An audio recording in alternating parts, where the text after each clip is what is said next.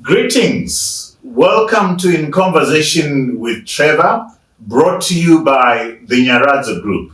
I go beyond the headlines and beyond the sensational. Today, I'm in conversation with John Robertson, one of Zimbabwe's leading economists. Enjoy this truly informative conversation.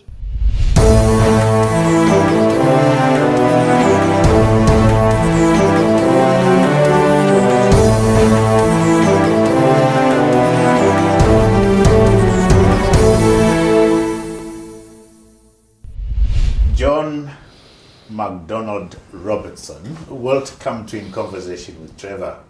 Thank you very much, Trevor. I'm very pleased to be here.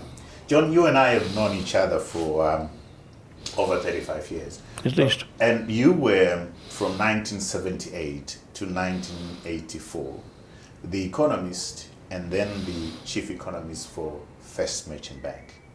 You are currently, since 1994, you've sort of semi-retired. Since 1994, you are the managing director of Robertson Economic Consultants. That's what Yes. you're doing. But I'm fascinated, John, by your middle name, MacDonald. I'm always fascinated by people's middle name and what they mean. What's the significance of that name, John? My mother's maiden name was MacDonald, and her father came to Rhodesia about 1906 from Scotland and started a building company in Bulawayo, and that was a very successful company right through into the 60s, 70s, and built, I think, a fairly good proportion of Bulawayo. So, John, you have been an economist for a long time. You have seen it all. Tell me, the season that we are in right now, the economic environment that we are in right now, how does it compare to what you have experienced up to today? There's a huge contrast between the past and the present, and of course this is not a very popular political subject because people keep on claiming accusations being made when I make these comparisons. But I think the big difference is that in the past the government was very much on the side of business. And I think the government of the more recent decades has been very much to exploit business. And I think it started in 1980 with the belief that the country could get enormous amounts of aid and therefore did not need the income from business activities as much as the previous Rhodesian government had needed it. So the Rhodesian government was very supportive of everything that was creating wealth. And the new government after independence in Zimbabwe decided that the wealth would come in the form of aid, and we could push the business sector around. The business sector would become the servant of the government. And I think that ever since we've done that, we have discouraged and demotivated so many of the business people who could have done so much more if they'd been inspired by political policies that were supportive of them. So there's the big difference, I believe, that we've seen since independence. And do you think that comes from the ideological standpoint? That when 1980, there's a whole talk of socialism, and I don't know whether that mindset has changed. Do you think that is what is coloring the politicians, our political leaders' view on the economy and the role of business? Well, it is the socialism feature. This is a belief in the redistribution of wealth. The previous people were in the business of the creation of wealth. And so when you talk about redistribution, it doesn't take long before there's not that much left to redistribute. And even the collapse of the Soviet Union was because of that. The complete transformation of the nature of the economy in what was communist China is also because of that. They no longer refer to themselves as communist China. It's a very authoritarian state, but they are very much in support of ideas that promote innovation and creation of wealth by their own business people. So there are very many, many billionaires in China now because they are being promoted and looked after. And that's what's helping China to become rich. It's what could have helped all of Africa to become rich, but there was a belief that we can redistribute wealth from where it is to where we want it. And the redistribution of wealth was always about, well, we've got it, you've got less than you had before, we've got more than we had before.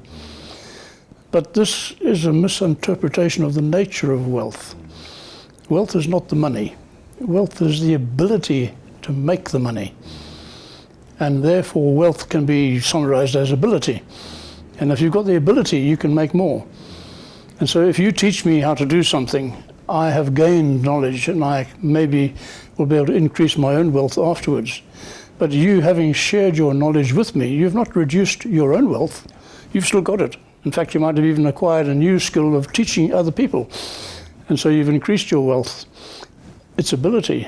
And we are not working to that idea in most of Africa.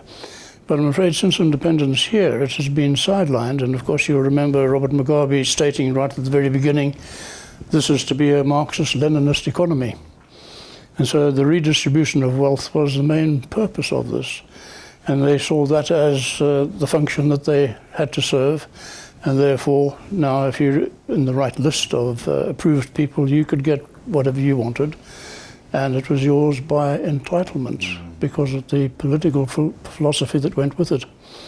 So what is clear to me, John, and what we saw happen last week, I'll get to the details of that, is that there isn't the respect of private enterprise.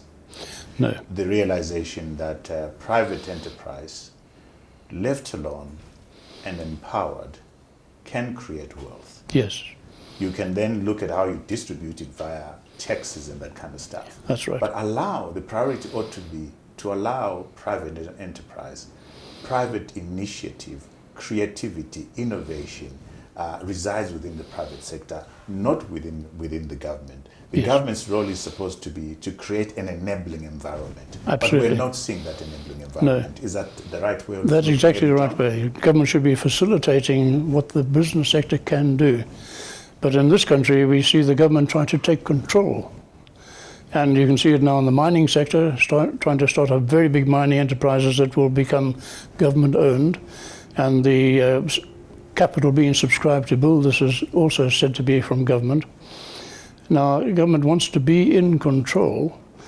And I'm afraid governments all over the world, it's not something unique to this country, governments all over the world are not very good at doing this. They are terrible at running businesses. Well, there's the evidence that I would like to see make the decisions for the future.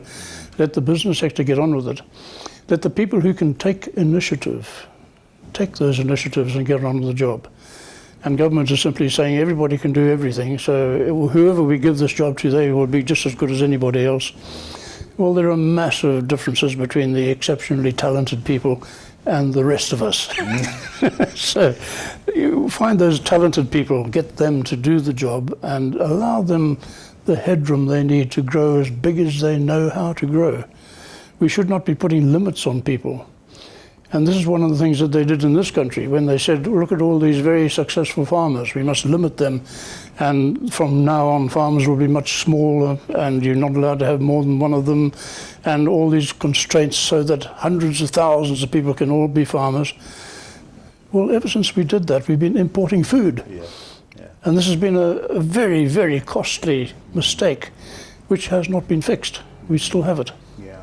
John, last week we saw the arresting of business people, Simba Makoni being one of them, bringing back the element of the state performing a command and control role within society, and an anti-market stance which is open to arbitrage, abuse, and corruption. And this reminds me of 10 years ago, we saw the same thing. We did. When we saw Macro being raided by people after the intervention of government. Is it fair to say, as we sit here with these measures, there's going to be a lot of businessmen that are concerned about what's happening here? So instead of businessmen, private enterprise, investing, creating wealth, they are running around and concerned, one, the many statutory laws that are coming in place, and secondly, being arrested for simply doing what you're supposed to be doing. What's your sense of that? Well, this is a huge subject, but you're really looking at market forces being very, very powerful, and there's no government on earth that is more powerful than market forces. So you can come up with legislation, but you're not going to displace the market forces that are driving conduct and behavior. And the market forces that they've unleashed in this country are very destructive. But they come from a lack of discipline in the banking sector in particular, but in the central bank and as the prime mover of the policies of banking. The Reserve Bank is supposed to be the holder of the foreign reserves. That's why the name Reserve Bank is there. The reserves that come into the country from our export earnings should go to the Reserve Bank. The money that comes into the country from anywhere else, pensions or whatever, payments, dividends, should also go to the Reserve Bank. And the Reserve Bank should have a local currency that is so well respected that everybody is happy to accept it in exchange for the foreign currency. But the exchange for the foreign currency is at a rate which is known. And when you want foreign currency, you pay the same rate to buy it back from the Reserve Bank to pay for your imports. Now, this is what's broken down. We used to have that. And of course, when you say something like, we used to have that, you raise the hackles of the politicians who say, there he is pointing out something of Rhodesian days or something that we can't relate to. The fact is that there's a right way of doing things and there's a wrong way of doing things, and we're doing it wrong now. And we have caused the market forces now to generate conditions that allow the arbitrage you mentioned. And the profits from arbitrage, when you can buy money at, it's now 97 to 1, and you can sell it for 150 to 1, 160 to 1, you're making far more money than you would ever make if you were running a shoe factory or a furniture factory. You're making that money instantly. In a factory, if you're making 20, 30% in a year, you're happy. And here you've made 90% in a day. And so, of course, people are going to take up the opportunity to make their money that way if they can. It's an easy way of making money, but it doesn't create wealth? It doesn't create any wealth at all. And it's tax-free, because you're not going to admit to doing it, because you might be arrested if you do. So the nation doesn't benefit? The nation doesn't benefit at all. A few people who, I don't know, a few people benefit, that's essentially what happens? Very few people benefit, and I think we maybe got a few hundred people benefiting from this, and 15 million Zimbabweans are struggling. Now, this is a very unfair arrangement, and so it should be brought to an end, and the disciplines that go with central banking should be brought back. How does it, you talked, John, about, I just want to focus you on the issue you raised about the market forces. What are those market forces that have been unleashed? You might have touched on some of them. And secondly, a very important issue that you've raised, bringing back normalcy. What does that normalcy look like? So let's start off by those market forces that we're talking about, and then attempt to address what normalcy should look like. Well, the market forces question could be a 3-week seminar. So it's a huge subject, but the markets that are driving the world trade or driving the individual production of a single factory, these are very powerful, and people have to obey the requirements, otherwise they go broke. This is the main thing about market forces. If you're not following their dictates about what you need to make and how well you need to make it and how well you need to market it, you go bust and you're not there any longer. So there's a sort of natural selection process at work here. If you're not good at handling those market forces, you won't be around for very long.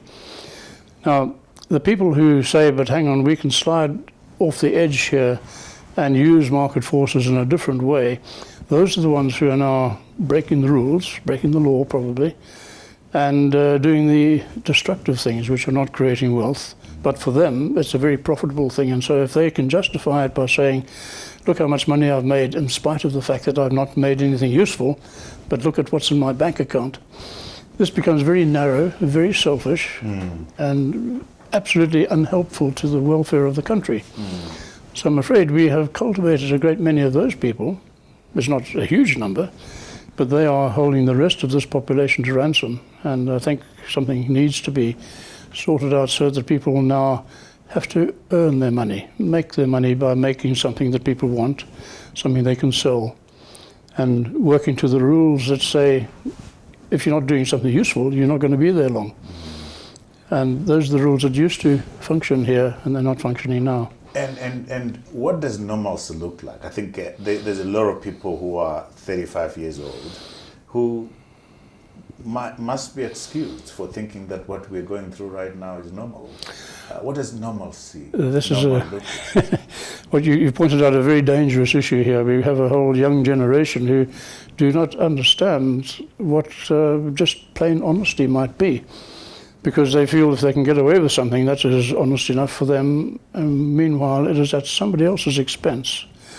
And this is really the issue. If anything is at the expense of somebody else who can't defend themselves against these pressures, you've created a very uncomfortable situation in which many, many people will never build up the stamina to cope with life in normal ways. And so we have, well, thousands, millions of very poor people in this country today. And this is a tragedy, because this should be a relatively wealthy country.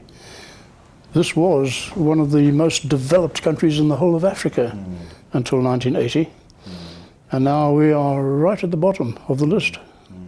John, you've already touched on the management of our currency. My sense is that the Dutch auction system had potential, but its potential has been eroded by what's happening right now. I think as you and I sit here, when it started, I think $1 was 80 RTGS when the Dutch auction started. As we sit here, I think it's about 96 to 1, which does not compare to what's out in the black market or the power rate. The power rate is anything between 1 to 200, 1 to 150 to 1 to 200. Am I right that the Dutch auction floor is not working? It's technically not an auction. If you put something on auction, you can set a reserve price and say, if you can't get this much for it, I'm withdrawing it from the auction. You can't do that with money you put on this auction. So that automatically says it's no longer an auction. But if you go to that auction and say, I'm going to bid 110, your bid will be disqualified. So again, it's not an auction. So what is it, John? Well, it's an allocation mechanism, and it is working better than what we had before, but it's still not as good as a set exchange rate where you pay the same amount to buy as you would get if you sold foreign currency. And that's what you need. If you look up the exchange rate of, say, the euro against the US dollar today, you'd find you can buy the euro and you can sell the euro at almost the same rate. There's a 0.5% gap difference for the exchange commission for the banks. But that 0.5% is nothing. We've got a 100% gap, and that is very, very damaging. But it allows those people who say, through arbitrage, I've made more profit than I could ever have made if I'd started a business, and so I'm going to carry on doing this. But as you say, they created nothing for anybody else but themselves. Very, very selfish, very damaging. What's the right way of going about determining the right price of our currency? Again, it's a market-related issue, and if you set it at the wrong level, the market will find a level which it is happy with. And so that might take a little while, but it usually doesn't take more than a few days for after you get some countries devaluing, and after a few days it settles, and then you can see it moves slightly, just a little bit every day, but it stays within a range. Now, those markets will set the price at the figure that is going to work. The figure actually doesn't matter. You can think of the euro as a very large unit. You couldn't say the euro is stronger than the yen, even though the yen is a very small unit. You need 115 yen or something to buy a US dollar. The number actually doesn't matter very much. It's whether that number is stable that matters. And so if we could settle on a number and keep it stable, but keep the buying rate and the selling rate within 0.5% of each other, we would be back to what we need. And then the importers can buy the foreign currency they need at the right price. And then the prices in the shops will be the right price. The prices in our shops today are roughly twice as much as you would pay for the same goods if you bought them in a South African shop. And a lot of the goods come from South African manufacturers because we've closed down so many of our own manufacturers. And that goes back to the issues of land reform and the fact that we closed down so much of our agricultural sector. Now, these are the things that we shouldn't have done. These are the things that have not yet been fixed. And these are the reasons why we are still importing a huge amount of our consumer goods from somewhere else and paying too much for them because we're having to pay too much for the foreign currency to buy them. And if you go to the auction hoping to get money to buy them at the auction, well, you'll be lucky if you get some.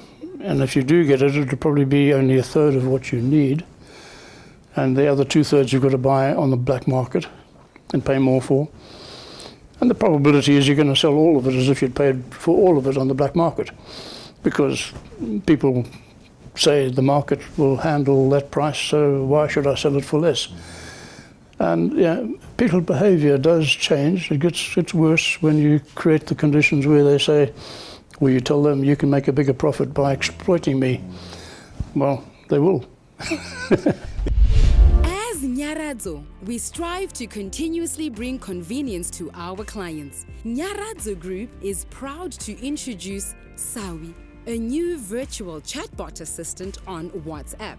With Sawi, you are now able to interact with us from the comfort of your home and can be assisted anytime via WhatsApp. With life assurance products, diaspora products, applying and assessing your policy, payment platforms, claims information, and any other queries concerning payments, policy information, or products and services. Simply WhatsApp Sawi on +263 712 992892 or visit the link showing on the screen to register and start interacting and receiving notifications from Sawi on WhatsApp.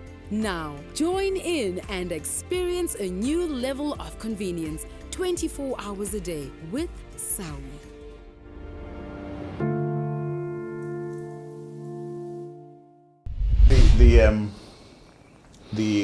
There's a lesson which we haven't learned, John, and I think you have alluded to this a number of times. The market has a mind of its own. Yes. You can't intimidate it. You cannot rig it. You need to understand the factors that move the market. Am I right there? You're absolutely right. The market forces are very, very powerful, and they're established by interaction of thousands of separate people. So there are traders, there are bankers, there are manufacturers, there are consumers. All of the interactions between all of these separate entities bring about the market forces themselves. And if you don't understand the pressures that come from those separate players in the market, chances are you'll get it wrong. And if you get it wrong too often, you won't be there very, very much longer, because market forces take you out of business if you can't cope with the challenges. John, we've seen, you've already again alluded to manufacturing. I think our manufacturing sector has been largely decimated. There are certain green shoots that are coming up. There's I don't know what view you take. Our current GDP growth is around about projected rather to be at 7.8%. First of all, what view do you take of that number? Point number one. Point number two, what GDP growth do we need to be able to generate and create jobs? Well, the 7.8% is actually a fairly modest figure considering the enormous success we've had with agriculture this year. And we were very lucky with the rains. The government has come up with its various schemes to make up for the fact that the farmers can't borrow from the banks. Now, what they should have done was to say, let's see if we can get the farmers to borrow from the banks again. Instead, they've gone this different route, but that calls for subsidies. It calls for the funding of the inputs that people can now claim under the various presidential schemes. And there's nothing for nothing, and so that's got to be paid for. If it does yield a much bigger crop in the coming year, it will be paid for by the size of that crop. Now, if we have another good year, we'll be very lucky. It's very unlikely we'll have a third good year. So we need to brace ourselves for the normal pattern in this country, which is a couple of good years and then several years of very disappointing rains, occasionally a very serious drought. But these are on the cards for the future, because this is the nature. You know, I can show you 100 years of rainfall records And the number of times we've had 2 or 3 years in a row of good years is very rare. And so we should anticipate the prospect of becoming much more efficient. And you can become efficient even in a low rainfall year if you have invested the capital and invested in acquiring the knowledge of how to handle a low rainfall year. And this is where the commercial farmers of the past were managing so much more successfully than the communal farmers, whose typical maize yield was about 0.5 ton a hectare. And the commercial farmers were getting 7, 8, 9 tons per hectare of maize. And those sort of differences were in spite of poor rains. You need to put the capital in and acquire the skills at handling water shortages so that you can live through a bad season. Now, all of these are requirements. We know that the country is in danger all the time of low rainfall. The many parts of Africa are the same. South Africa is far worse than we are. South Africa's access to water is far less than we have in this country, so we should do very much better. But we do have the prospect of another good season because the studies have been done. Agriculture will contribute positively to GDP yes, growth. We could what have about other sectors and what that number ideally ought to look like? Well, the manufacturing sector used to contribute the biggest proportion to GDP, and now it's very insignificant because most of our manufacturing is done somewhere else. So we're adding to the GDP of other countries by buying their goods. We become consumers now. Yes, we are consumers. And that means we need the money to pay for those goods. It means that we are short of money all the time. It means that because those take priority, the money we do have that should be used to settle debt is not being used for that purpose, and the debts are still there. The debts hang over us as a massive burden because we have not paid back the money we owe. We can't borrow more. We are in desperate need of access to loan finance, especially at low interest rates for the long-term environmental requirements and the long-term infrastructure. You know, we're rebuilding roads. We should be doing that on the railways. We should be rebuilding Air Zimbabwe.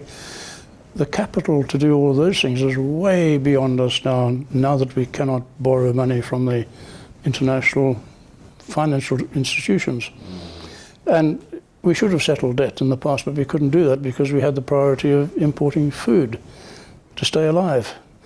And so we distorted the entire economy in these past 23 years since land reform was announced. 1997, you might remember the first land acquisition orders went out. Yeah. And at that very moment, the collateral value of the land was put to zero. That used to be the security that offered the banks the security they needed to lend to the farmers. So since then, the banks have not been lending to the farmers. We have isolated one of our biggest industries from our other major service industry. The agricultural sector has been isolated from the banks. There used to be a bridge between them, which was formed. Land has been isolated from the banks. Well, the farmers are isolated from the banks. They're the ones that borrow the money, but they had the security of the title deeds to their land. So that was the bridge, the title deeds. The respect for property rights was the bridge between the banks and the farmers. That bridge is no longer there. So now the government is making up for it. John, how do we walk back to that place where land as a collateral for the farmers is susceptible, becomes available? How do we make farming bankable is my question, John. Is that possible given where we are right now? Just start where we started in 1997. It was a presidential declaration that the land is now no longer the property of individuals, it is now the property of the state. Well, maybe we could have another presidential declaration that the land is now going to be put on the market and become available for purchase by individuals. And you can set all sorts of regulations about how this might be done, and I would prefer not to see regulations preventing the size or preventing certain people from accessing that right to buy. Because every time you put in a restriction, you interfere with the prospects of the market working properly, and you interfere with the collateral value because the market is now unsure of values when you interfere. But we need that sort of presidential declaration that says the land has got to be given its collateral value back so that the banks will accept title deeds as collateral for security for loans.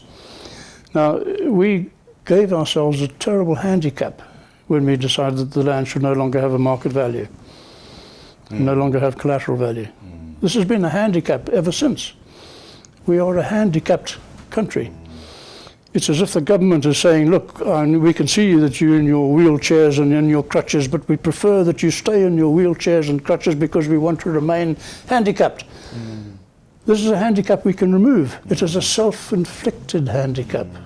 Let's take it off. What if, John, the government is going to say, but we've got the 99-year leases? Why don't the banks and the farmers get together and make the 99-year leases bankable? Is that does that give comfort to anybody?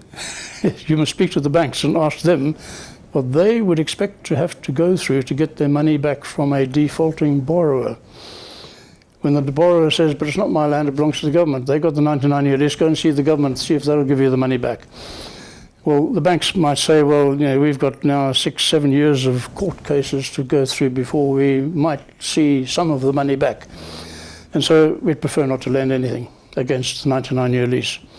It is not a bankable document.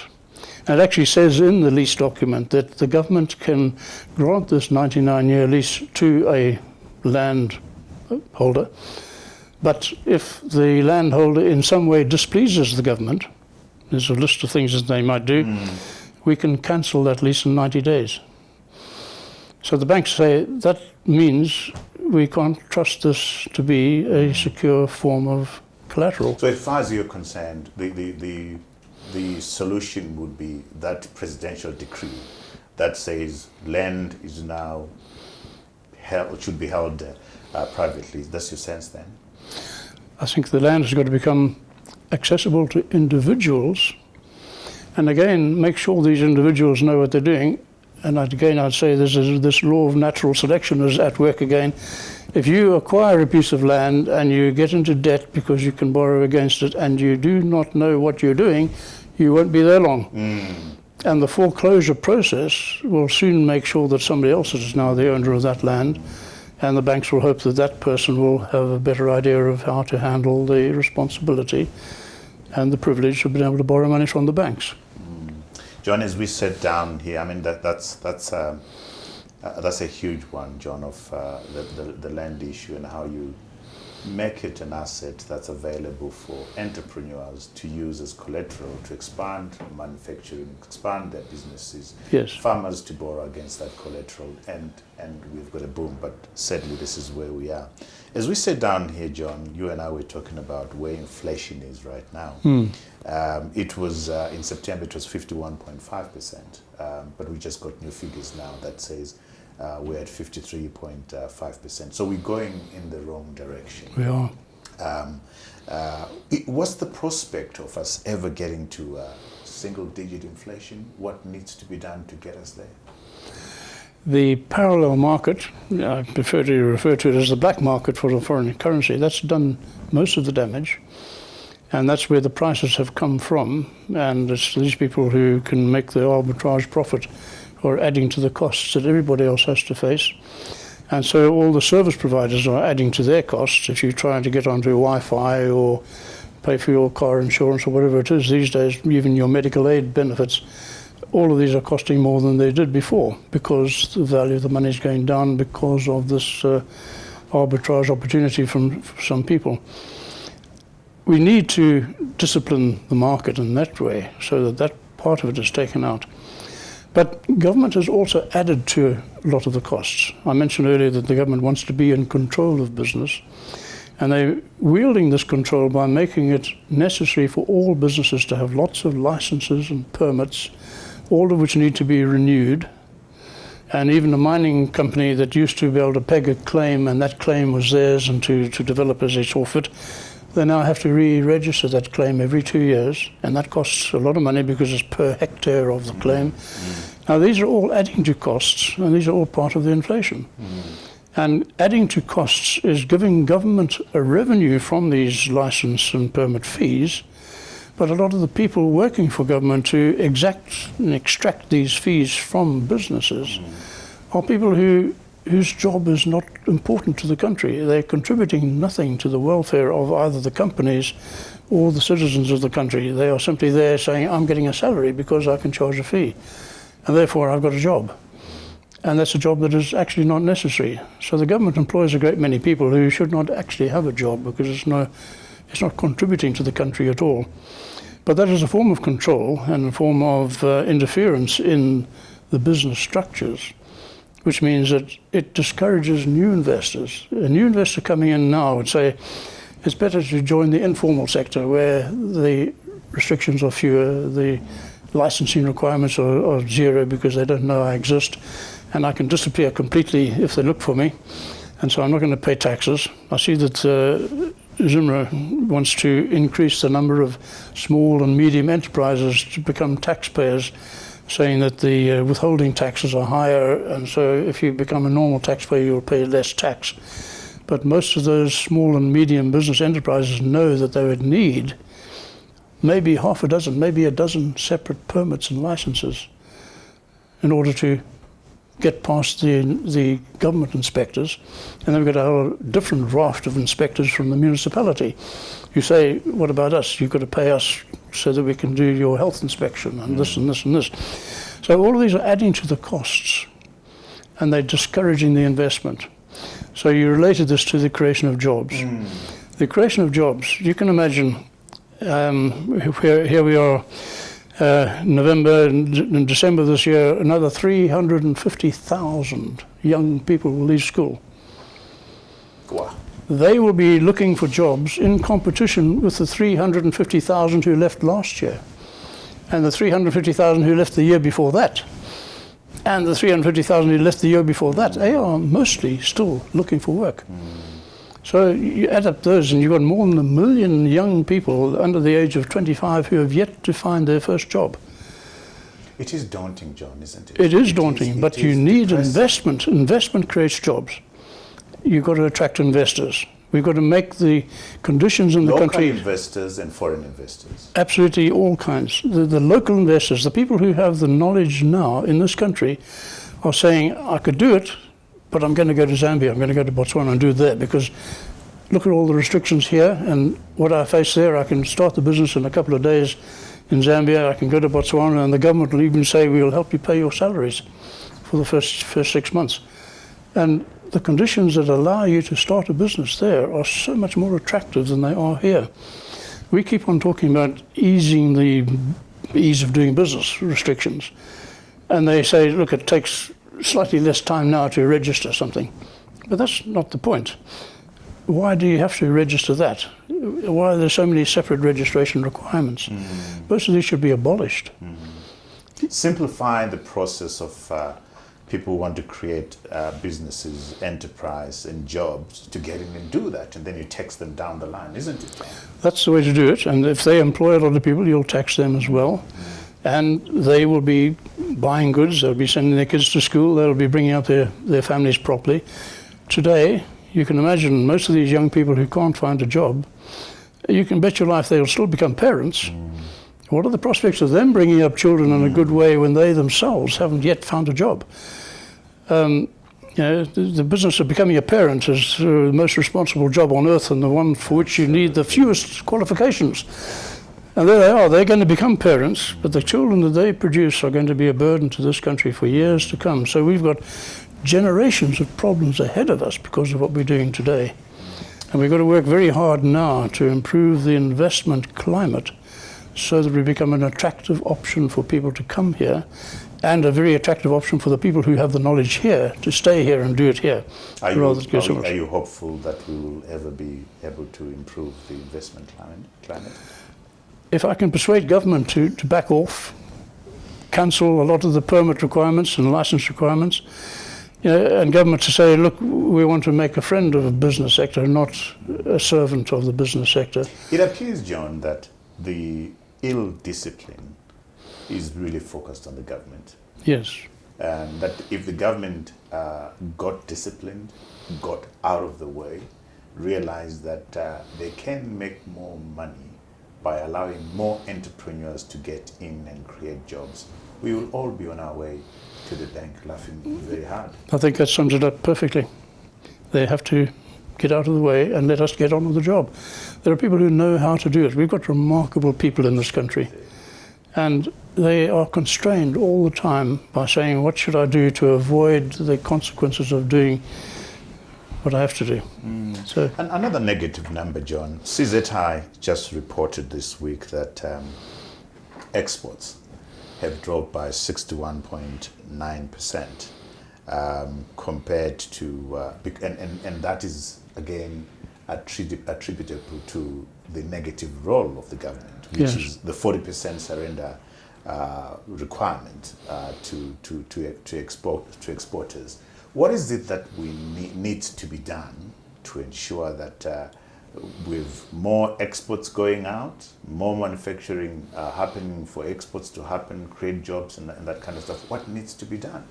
Well, the export problem is partly because the costs of production in this country are so high, and that relates again to permits and licenses, but other things as well.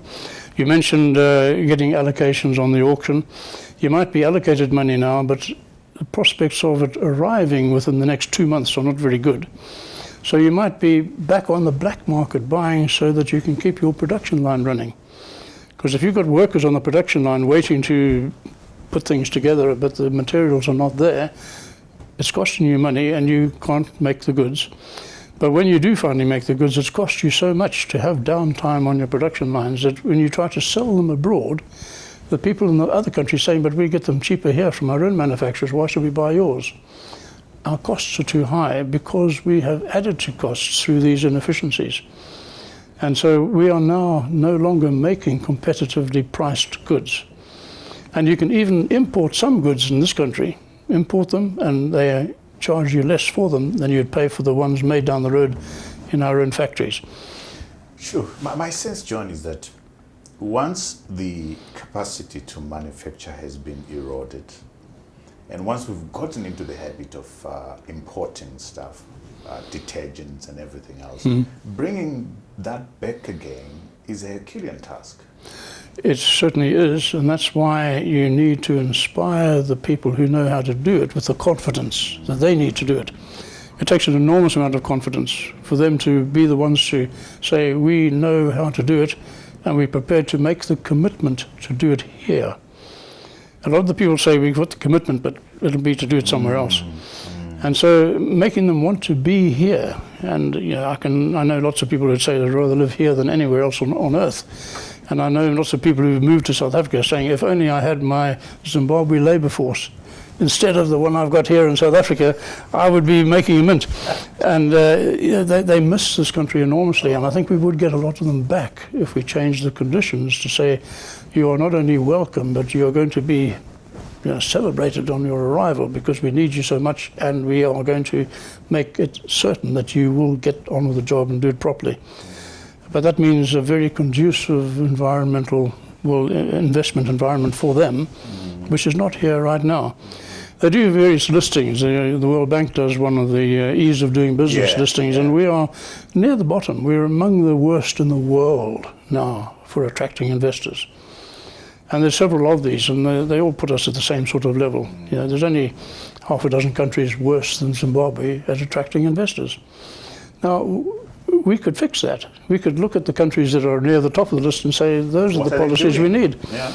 And let's copy those. But that would mean government has to say, we are getting out of the way. We're going to let you do it. John, you also just alluded to talent, skills, vital for manufacturing and creating wealth.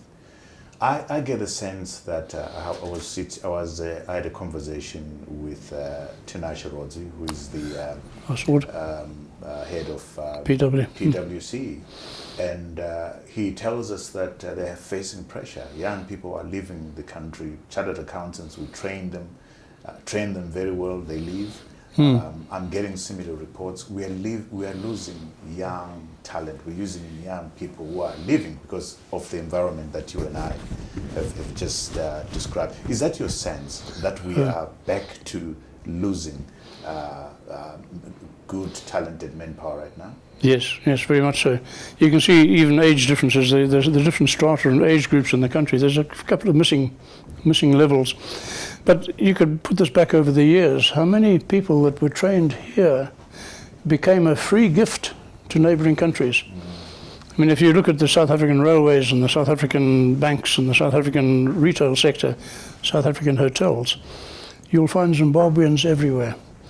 And all of those big companies got those skills free. We didn't export them at a price. No. They arrived there for nothing and arrived with skills that were a match for or better than the skills of the South Africans they found there. And this is an enormous benefit for the countries around us at enormous cost to us. Nurses are leaving. Young people are training to be nurses to leave. Chartered accountants are leaving.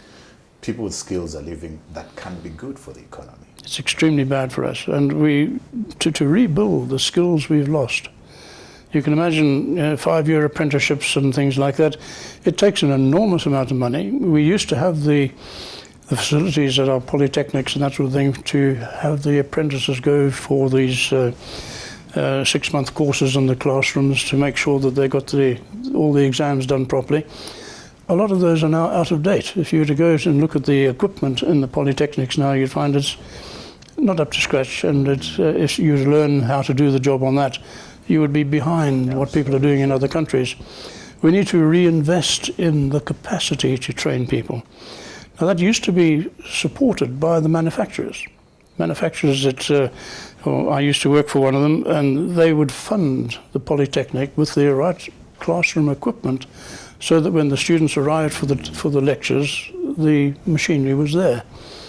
And those sort of levels of support from manufacturers isn't there anymore. Apprenticeship scheme, well, you can imagine all the different varieties of apprenticeships. You just go to the textile industry and look at the people who handle the spinning or the weaving equipment and the machinery that is involved in that sort of thing. You need to be a very highly trained technician to handle those machines. And you need enterprises that are profitable, that can support training colleges with equipment. So yes, it's complex, isn't it? It is complex, but they see that as an investment because those are the people who will be working for them in the years to come. But now those are the people who have left the country. They're working for somebody else, adding to their wealth somewhere else, and leaving. Well, you can see the textile industry that we have in this country today is a fraction of what it used to be. Absolutely. That's one of the biggest tragedies. John, there's a big debate around let's adopt the rand as our currency. Some say no, let's stay with the US dollar. Some say no, let's have a stable local currency. Where do you stand as far as that conversation is concerned? I do want a stable local currency. I don't think it'd be right to try and work with the currency of another country. And I think it's absolutely wrong for the Department of Taxes to say, because we don't want our own currency, we want you to pay your taxes in the currency of another country. This should not be allowed, but it is allowed. Now, these sort of things would be overcome if we could rebuild a local currency that we felt was deserving of respect. But that means it's got to be managed properly. That also means that the Reserve Bank has to draw in, you mentioned retentions for some companies. The retention shouldn't be there. All the money should go to the Reserve Bank. But when you want it back, you pay the same exchange rate to buy it back. And you do that through your commercial bank. And the commercial banks, going back, having been born here, I can remember all the years of my life there being a shortage of foreign currency. Today they're saying the shortage of foreign currency has led to the black market. Well, there was a shortage of foreign currency all the way through the past 84 years I've been here, and we didn't have a black market. We didn't have an exchange rate that was there for people who could afford it and didn't care about what happened to everybody else. There was one exchange rate, and everybody could get it, but you would be told this particular import that you want is just not on the cards because it's not important enough, and other people need it, and so they're the ones who are going to get it. And so priorities have been there since way back in the early Rhodesian days. Why couldn't they come back now?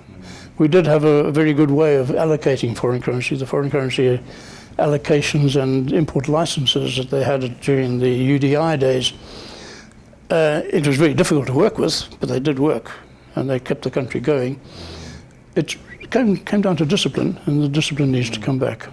It doesn't inspire public confidence if the government charges certain of their services in US dollars. No.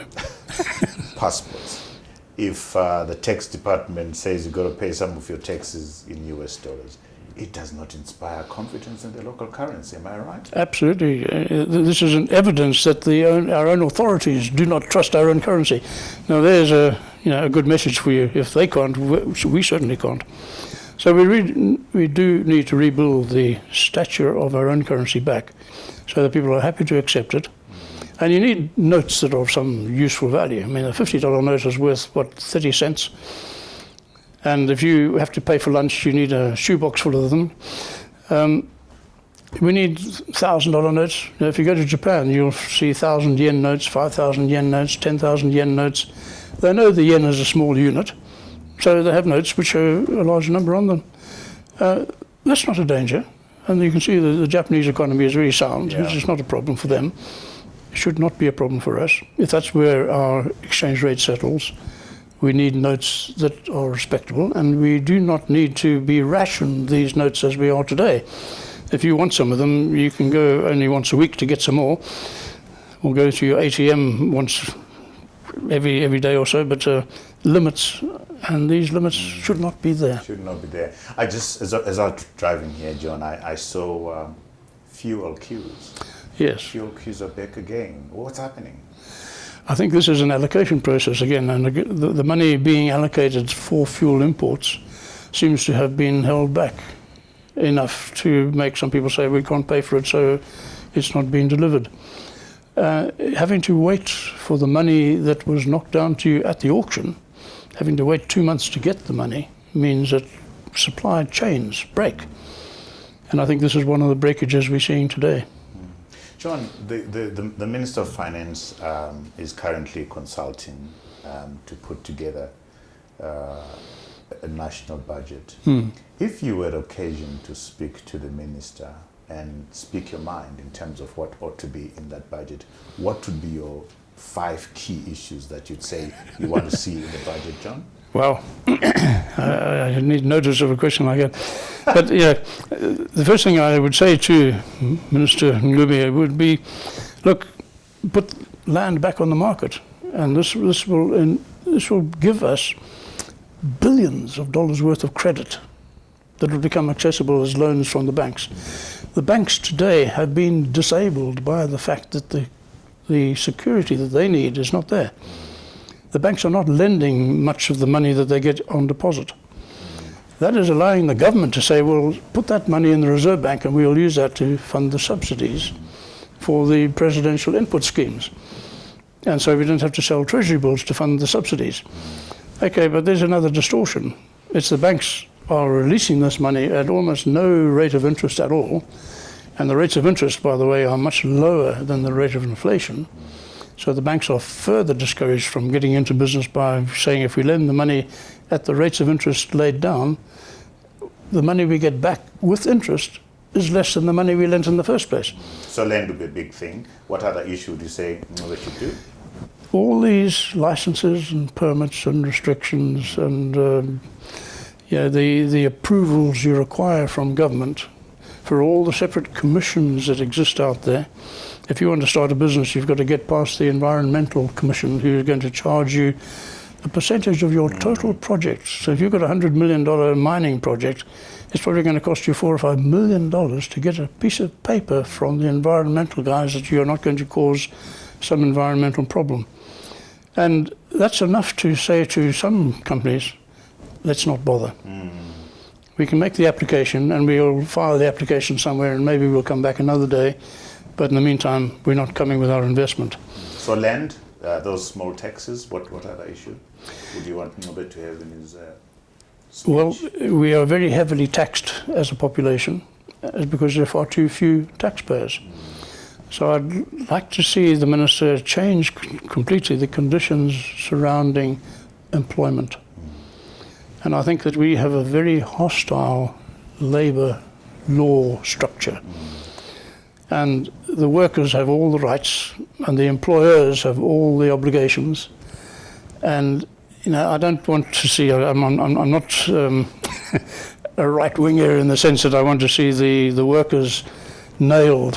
I want to see the workers treated fairly, of course, but I want to see the employers treated fairly as well. And the government seems to believe that if we preserve jobs by making it almost impossible for people to retrench, we will be looking after the employment levels. In fact, they're not. They're damaging the employment levels, because that says to everybody else, I'm not going to employ any more people than I absolutely have to. Yeah. And if I do employ somebody, it'll be on a contract basis. So in 3 months, I'll say, you're dismissed. Come back next month and I might re-employ you. But if I keep you on my payroll for more than so many months, you have a right to say, I want to be on the permanent payroll, and I don't want you there, so you're fired. But come back and see me in a couple of months' time and I might give you your job back. Now imagine what that does to training. If you were putting somebody through a training course and you want to see career development happening in that person, and you're saying to him every 6 months you're fired, you've destroyed the prospects of them doing that. And you can, of course, go and look for a job somewhere else in the meantime and not come back to you. We've created conditions in the labour market which are destroying jobs. Right. And we need to change that. And I believe this is where the government should come in, saying we need to completely revise the philosophy behind this and say, in spite of the fact that we do want to protect workers, because we know that there are out there some exploitative employers, nonetheless, the employers' rights have got to be respected as well. We have another group of people, the landlords and the tenants. Tenants have far more rights than landlords. And people who refuse to pay their rent can't be evicted until all sorts of procedures have been followed, and that might take several years. Meanwhile, that is theft of earnings for the landlord, who should be getting their rent regularly but are not. But they can't take the people to court for theft. They should be able to. They should be able to simply say the law has been broken here, that tenant has got to be evicted now, or else, these procedures are not happening here, and they should. So we need to change the laws relating to the various kinds of investments, because just think of the landlord issue here. How many more blocks of flats would be built if people had rights as landlords? They would be building property for rent if they thought this was going to work. Right now, most of them feel prejudiced by the regulations that may say to them, if your tenant chooses to exploit you, they are free to do so, and there's nothing you can do about it. And if your case comes up in court, you might have to wait 3 years before it actually arrives in front of the magistrate. These are conditions that are wrong. And of course that brings in a whole new raft of other issues. Our legal structure here is very overwhelmed by cases that go back years and years and years, and so many of them are never heard, and justice is not being delivered here to a lot of people who do desperately need it in order to rebuild that confidence that they need for investment. What's the solution on that last point, John? Wow, it's a very difficult one, again, because you mentioned the nurses and teachers and people like that leaving the country. Lawyers leave the country as well, looking for jobs elsewhere. Wow. And so we are very short of the right levels of the judiciary generally. And we've got some very bad arrangements in place. You will recall, I'm sure, that in order to become a judge in the past, you needed to have many, many years of very high-level experience in a law firm. And you qualify to be selected to be a judge. A lot of the judges we have in this country have never worked for a law firm. But they became judges because they had their LLB degree and couldn't find a job, couldn't find a law firm to take them on as a partner. But somebody said, oh, we can make you a judge. Now, these are not experienced judges. And, of course, they can't cope with the work either. So that's part of the reason why there's a backlog. So a lot of things need to be fixed. Wow. Wow. John, I'll take you back to, you were born in Bulawayo. Yes. You were Bulawayo. And I know there's people out there who want to kill me for not pronouncing the city of my birth well. You were born in Bulawayo 84 years ago. Talk to me about your upbringing in Bulawayo. Where did you go to school? Yes, well, we first lived in the hillside in Bulawayo, In fact, the very first house I lived in was in Grey Street in Bulawayo, just 2 blocks away from where the railway line used to cross over and go through the suburbs to get onto the line to Salisbury. And we moved then to Hillside, and then we moved from there into the suburbs. But while we lived in Hillside, I was at Milton Junior School. So I went through the 5 years there from 1945 to 1949. 1950 I started at the Bulawayo Technical School. Mm-hmm. After I left, it became renamed the Gifford Tech School. Right. So that was my school, and I stayed there until Form 4. Now, in those days, the exams we wrote were South African exams, South African technical exams. So we wrote the national technical certificates set by the South African Examining Board. And I wrote my NTC 1, 2, and 3. And if I had gone on to NTC 4, I would have done a matric. That would have been in Form 5. But when I was in Form 4, the Royal Rhodesian Air Force, this was 1953, they came recruiting for apprentices. And so I submitted my application to become an aircraft apprentice. And I was chosen from the group that they selected from. And they sent us to England to train with the Royal Air Force, because I was going to do radio, and my passion at that time had been radio. I'd learned as much as I could as a schoolboy about how to make radios. Where did you get that passion from, John, for radio? I guess it's always been these technical things that have captured my imagination, and even starting with a crystal set, the most basic thing you can think of, and earphones, and of course at the time, you might recall that the Royal Air Force trained many of their pilots in the World War II in Rhodesia, and they had a whole scrapyard of aircraft, which we as schoolboys could go and fish around and pick up little instruments and say, how much for this? And they say 2 and 6pence, you can have it. You know, we'd come home with gadgets that we could take to pieces, and I was absolutely fascinated by the interior workings of aircraft. It was amazing, but the radio parts of it in particular. And so when the opportunity came to become an aircraft technician in the radio field, well, this seemed to me to be absolutely ideal. Has that passion stayed with you? Well, it has, but the industry has changed so dramatically. Because in those days we were working with those big thermionic valves, high voltage, and the transistor revolution was beginning. The transistor revolution was followed by the microchip revolution, which has so completely transformed this industry that if I open the back of a radio set today, I haven't a clue what I'm looking at. So it was a good thing to move out of. But while I was in it, you know, I did move into supersonic. I was helping to manufacture radios for some time and helping to organize the factory. You reminded me, John, that this country used to manufacture radios. Yes. We had our own supersonic in Bulawayo. In Bulawayo, yes. Headquartered in Bulawayo and manufacturing radios. We did. We manufactured transistor radios in competition with Japan, and we succeeded. So it shows what you can do, and I was working on those production lines and making sure that every radio that left the company had met the specifications and passed the standards. Supersonic is no more now? No more, no. Again, because technology just swept them out of existence. Yeah. You can buy a microchip now that contains all the components you need for a complete radio. And so you stayed in industry for 10 years.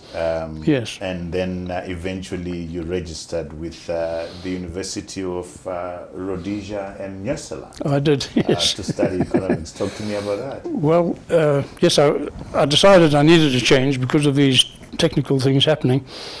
And so I came up to the university here in Salisbury, and I said, what do I need? And they said O-levels and A-levels. Well, we didn't do those at school when I was there. So I said to them, but I've got all these exams. I've got advanced level mathematics, and I've got all these different papers from City and Guilds for my apprenticeship. And they said, we're not the slightest bit interested in any of those. Go and do O-levels and A-levels and come back. So I spent 3 years passing my O-levels and A-levels. And then I went back to the university, and in 1965 I started a degree course. And so that was completed by 1967. So you went there as a mature student? Yes. Yeah, okay. Yes, I was about 10 years older than my classmates, but it was a wonderful experience, and I think it was one of the best in my life. I really enjoyed that. Why did you choose economics, John? I had become very much more interested in the affairs of the country, and of course the Federation days were on the go while I was in the Air Force.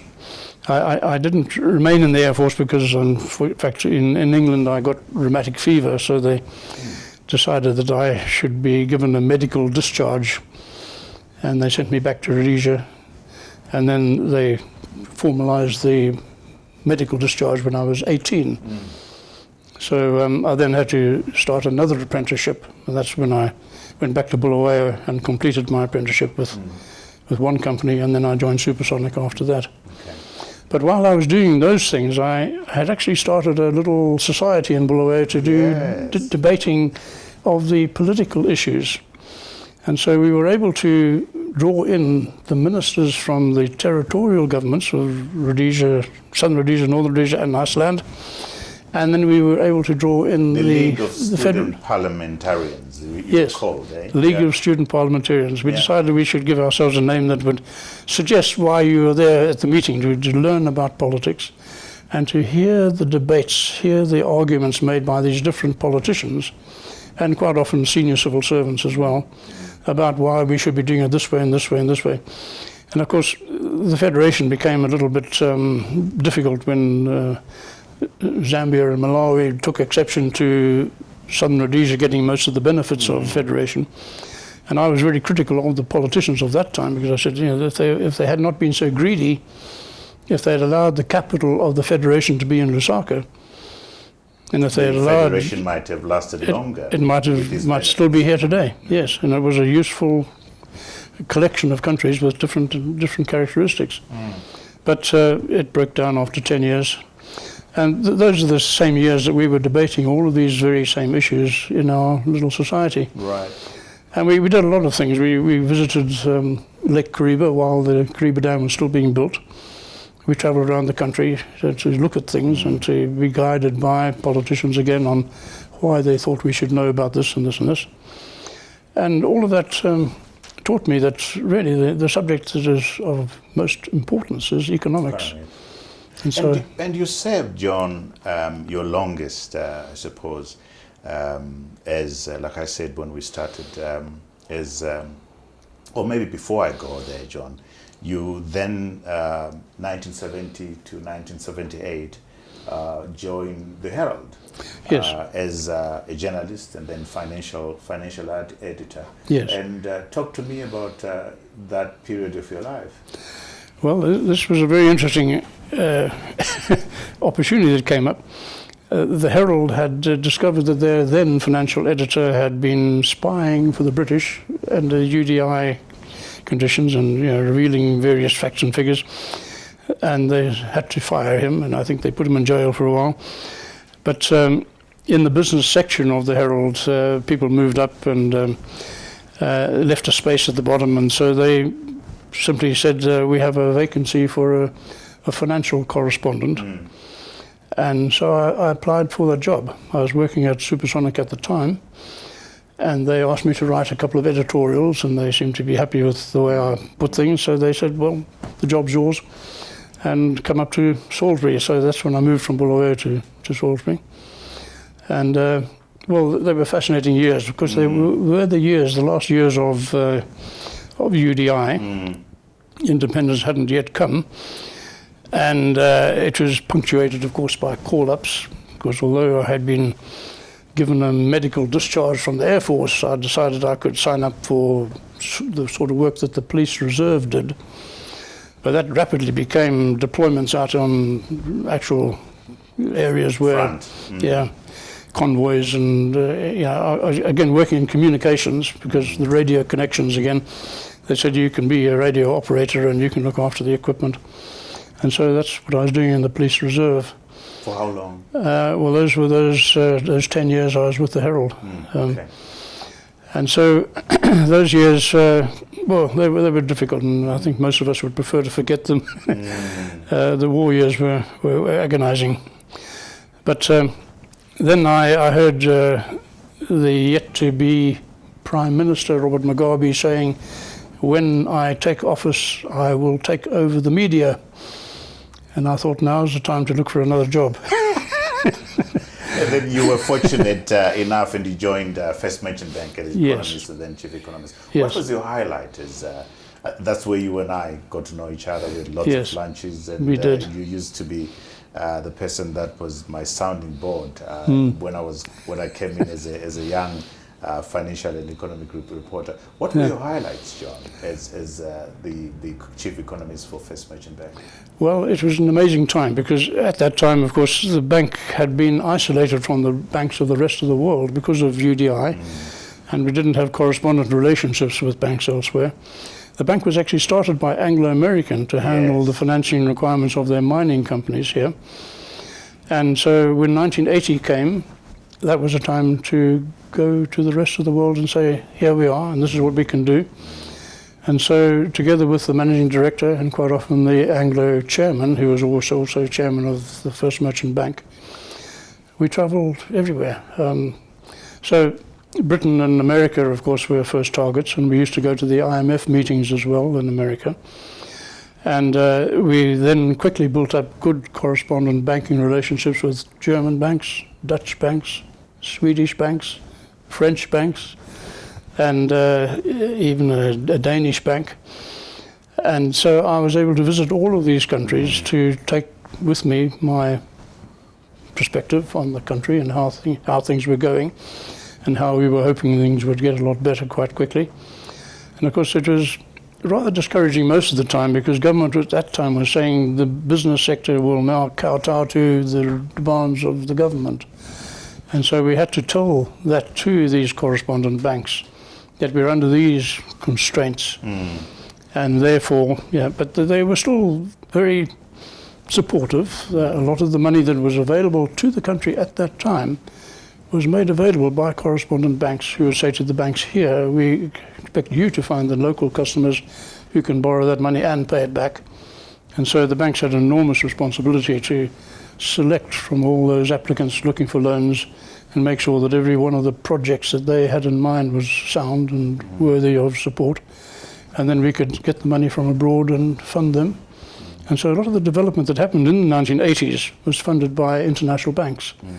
And that's the sort of money which disappeared after land reform. That we don't have now. Yeah.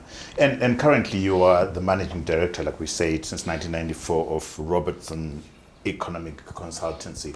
What are your clients telling you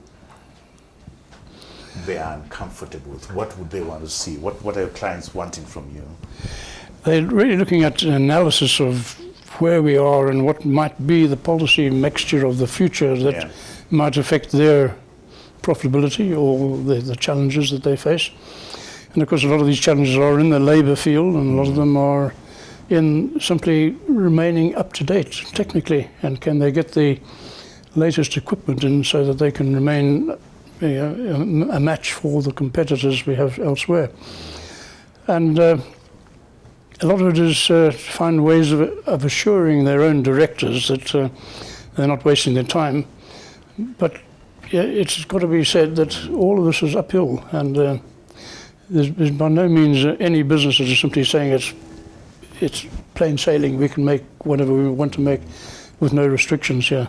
Everybody faces constraints of some kind, and the financing ones right now, with the exchange rate differences and that, are among the worst that we are affected by. So I have to try and map the numbers and show this is where they were, this is where they might get to, and this is what we need to do to make it better. And I sometimes hope that they are going to pick up the threads of arguments that I put in and put those arguments to other people who might listen. But a great many people are very scared to raise contentious subjects. Are you scared yourself, John? Have you ever felt, as a white person, that there are certain things you can't say? You know, I've never felt threatened in that sense. I think I'm living in a wonderful society here. And I keep telling people, if you think people living in Britain or America are better than us. These people with whom I'm working all the time in Zimbabwe are the most generous, the politest, the kindest I've ever met in my life. Beautiful. And I wouldn't want to live anywhere else. This is the place. And the people are the manners here are brilliant. The manners if you go to Britain are terrible, and the manners if you go to America are terrible. I agree with you, John. I mean, our potholes, our shortages, our problems, this is the place I would rather be in, and pray that it gets better.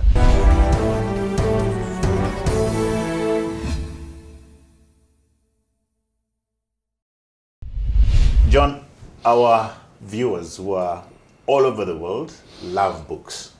And what books have you read, John, that have made a huge mark on you that you'd want to recommend to our book-loving global audience?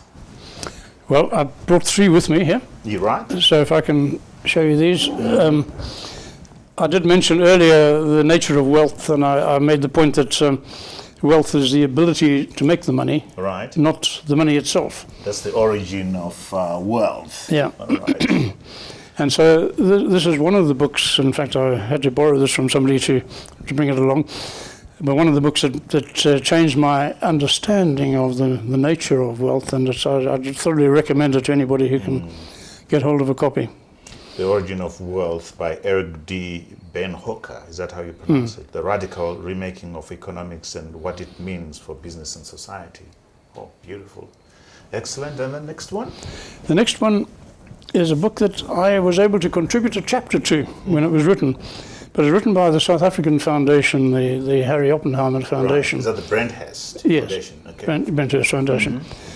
And so there's chapters in here from a lot of different people on the concepts of how we can get beyond aid. Beyond aid. Africa beyond aid, yeah. And my argument right from the beginning, not from 1980 when I gave my first speech against aid, and I annoyed a lot of the politicians at the time who simply were waiting with their hands out to get the aid. And I said, aid will do us damage. And since then, I've built up an enormous amount of evidence that aid has done Africa far more harm than good. And I would love to see all of the debates in the future. Edited by Holger Hansen, Greg Mills and Gerhard Wallace, Yeah. Africa Beyond Aid. Beautiful. There's the book by the, what's her name? Dambisa Moyo. Yes, on Kenya. Zambian, she's Zambian. Zambian, sorry, yes, Zambian. I can't remember the title. There's another one. And the third book, John? Third one is a very, very influential book. Hernando de Soto is a South American. Right, yes.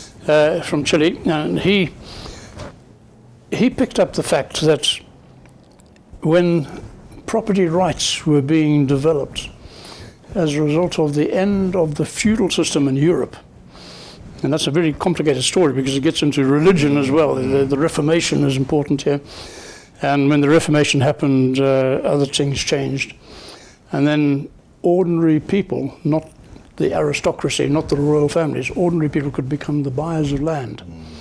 And that took over in Europe. And then when people migrated from Europe to North America, they took with them the idea of property rights. And so North America became very prosperous because they could use their property as collateral for the money they needed to borrow to develop. South America was colonized by the 2 remaining feudal kingdoms of Europe, Spain and Portugal. Spain and Portugal.